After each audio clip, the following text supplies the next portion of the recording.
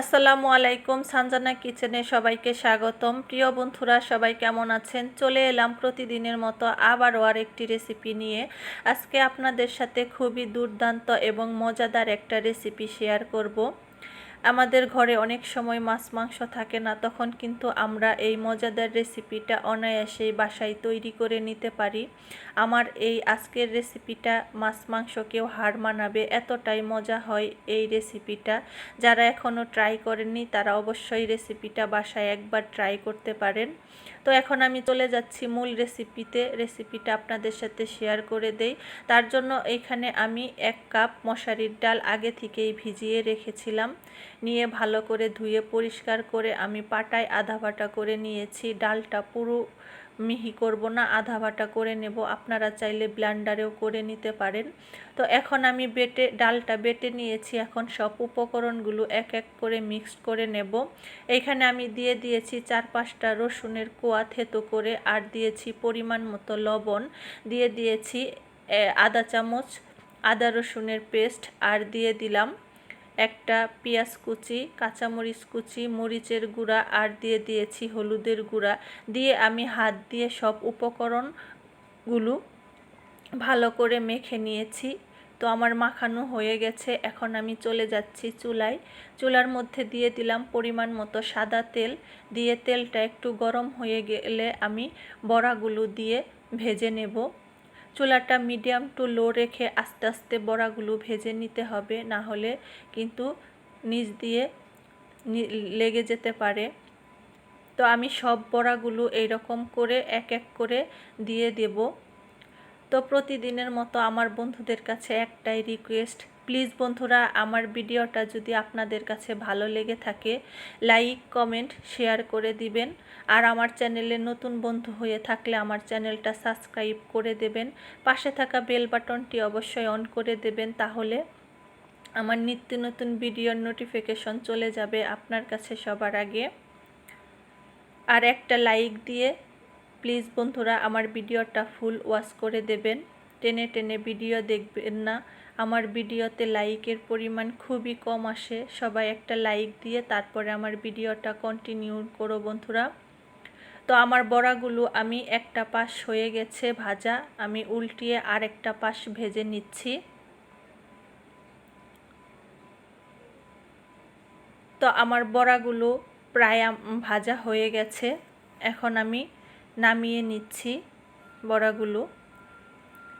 এই রেসিপিটা খেতে কিন্তু খুবই মজা হয়, একবার আপনার বাসায় অবশ্যই ট্রাই করবেন। আর আমার রেসিপিগুলো কার কীরকম লাগে অবশ্যই কমেন্ট করে জানাবেন।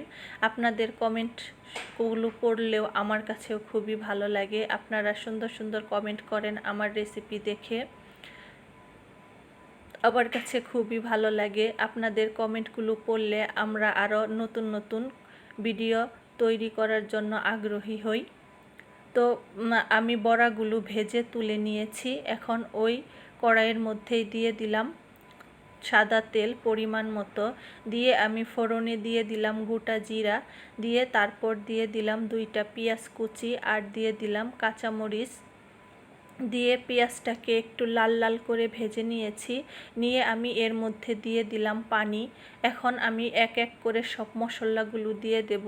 দিয়ে দিলাম পরিমাণ মতো লবণ, আর দিয়ে দিলাম 1/2 চামচ আদা রসুনের পেস্ট, 1/2 চামচ জিরা বাটা, আর দিয়ে দিলাম মরিচ বাটা, শুকনা মরিচ পাটায় বেটে নিয়েছি ওটা দিয়ে দিলাম 1 চামচ, দিয়ে দিলাম ধনিয়ার গুঁড়া, দিয়ে আমি মশলাটাকে, আর দিয়ে দিয়েছি 1/2 চামচ হলুদের গুঁড়া, দিয়ে মশলাটাকে আমি ভালো করে কষিয়ে নেব। তো দেখেন বন্ধুরা, মশলাটা কষানো হয়ে গেছে, উপর দিয়ে তেল উঠে এসেছে। এখন আমি বড়াগুলো সব দিয়ে দেব, দিয়ে মশলাটার সাথে ভালো করে মিক্সড করে নেব।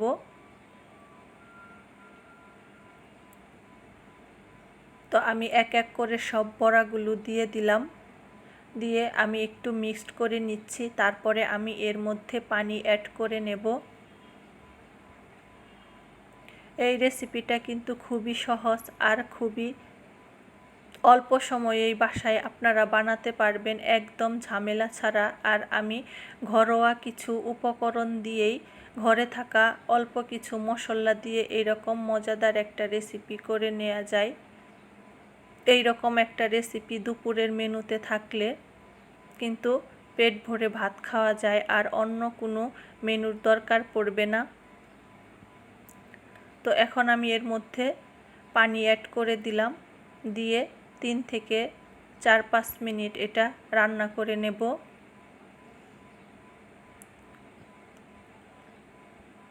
তো আমি এইটা বেশি ঘনও রাখবো না, ঝোলটা আবার একেবারে পাতলাও করব না। আর যেহেতু ডাল এমনিতেই ঝোলটা ঠান্ডা হয়ে গেলে অনেকটাই শুকিয়ে যাবে, তাই একটু ঝোল থাকা অবস্থায় আমি নামিয়ে নেব। তো আমার রান্নাটা প্রায় হয়ে গেছে, এই রকম ঝোল থাকা অবস্থায় আমি নামিয়ে নেব। এটা ঠান্ডা হওয়ার পরে আরও ঝোলটা ঘন হয়ে যাবে। তো নামানোর আগে আমি উপর দিয়ে দিলাম ভেজে রাখা জিরার গুঁড়া। এখন আমি আপনাদেরকে পরিবেশন করে দেখাচ্ছি। বন্ধুরা দেখেন কতটা সুন্দর কালার এসেছে, আর দেখতেও অনেকটা লোভনীয় হয়েছে, আর খেতেও খুবই ভালো লাগে। তো আপনারা বাসায় সবাই একবার অবশ্যই ট্রাই করবেন। আজকের মতো এখানেই বিদায় নিচ্ছি বন্ধুরা, আবার চলে আসবো আরেকটি রেসিপি নিয়ে। সেই পর্যন্ত ভালো থাকবেন সবাই, আর রেসিপিটা কেমন হয়েছে কমেন্ট করে জানাবেন। আল্লাহ হাফেজ।